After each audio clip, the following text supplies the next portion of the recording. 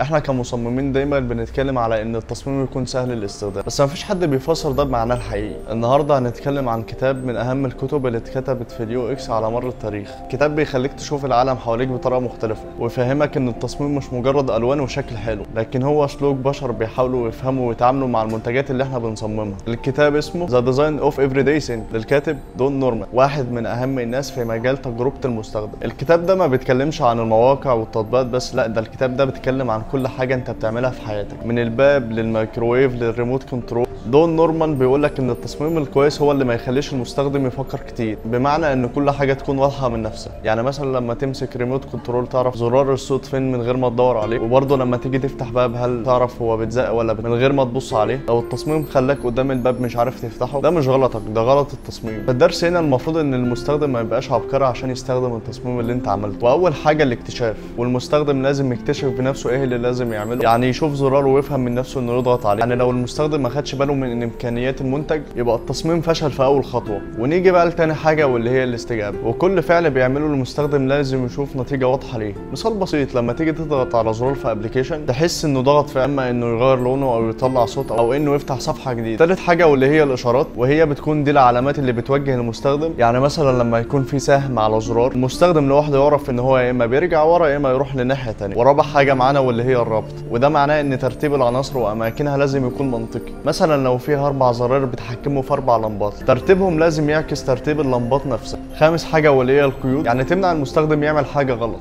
زي الفلاش ميموري او الشحن اللي بيركب في اتجاه واحد بس. وسادس حاجه معانا وهي النموذج العقلي، اللي هو كل نموذج يبقى عنده توقع معين لاستخدام الحاجه، ولو حاجه خلفت التوقع ده بيحصل لخبطه. وعندنا مثال ان المستخدم بيلاقي علامه اكس عشان يقفل حاجه معينه، ولو غيرت مكانها طبيعي ان المستخدم هيحتار. وعندك تاني حاجه انواع الاخطاء. الكاتب بيقسم الاخطاء لنوعين. اول حاجه الزلات، ودي بتحصل لما تبقى ناوي تعمل حاجه وتعمل حاجه غيرها غلط، زي لما تبعت رساله لحد بالغلط وتكون قاصد تبعتها لحد تاني. تاني حاجه الاخطاء، ودي بتحصل لما تفهم الحاجه غلط من الاساس. يعني مثلا ايقونه زرار بيشبه حفظ لكنها في الحقيقه بتعمل حذف، طبعا المستخدم هيغلط لانه توقع حاجه تانية تماما. المهم هنا ان التصميم يقلل كل الاحتمالات دي ويوجه المستخدم كويس. والجزء الرابع معانا بان التصميم لازم يتجرب ويتعدل. دون نورمان بيأكد ان التصميم مش بيتعمل مره واحده وخلاص، لازم تجرب وتشوف ردة فعل المستخدم وتعدل. تالت حاجه واللي هي الاشارات، وهي بتكون دي العلامات اللي بتوجه المستخدم. يعني مثلا لما يكون في سهم على زرار، المستخدم لوحده يعرف ان هو يا اما بيرجع ورا يا اما يروح لناحيه ثانيه. ورابع حاجه معانا واللي هي الربط، وده معناه ان ترتيب العناصر واماكنها لازم يكون منطقي. مثلا لو فيها 4 زراير بيتحكموا في 4 لمبات، لازم كل زرار ترتيبهم لازم يعكس ترتيب اللمبات نفسها. خامس حاجه واللي هي القيود، يعني تمنع المستخدم يعمل حاجه غلط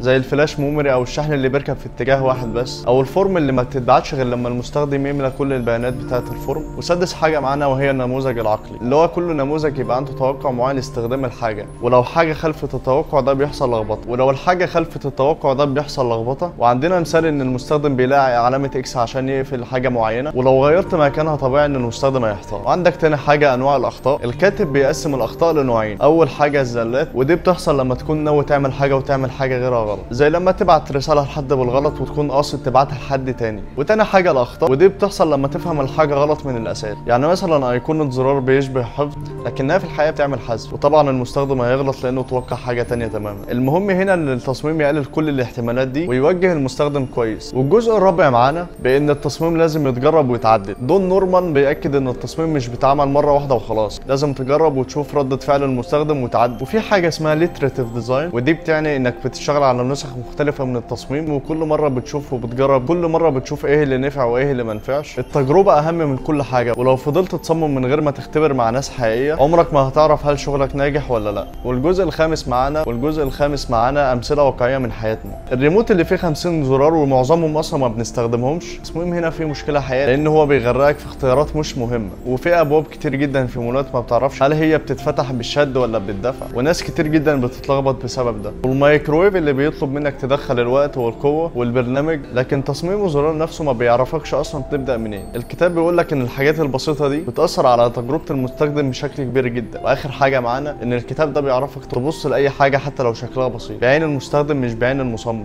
ان التصميم مش تحدي فني، لا، ده تحدي نفسي وسلوكي. لو عايز تبدا في عالم اليو اكس او حتى تحسن من مستواك، فالكتاب ده انت لازم تقراه. وما تنساش تعمل له لايك وسبسكرايب.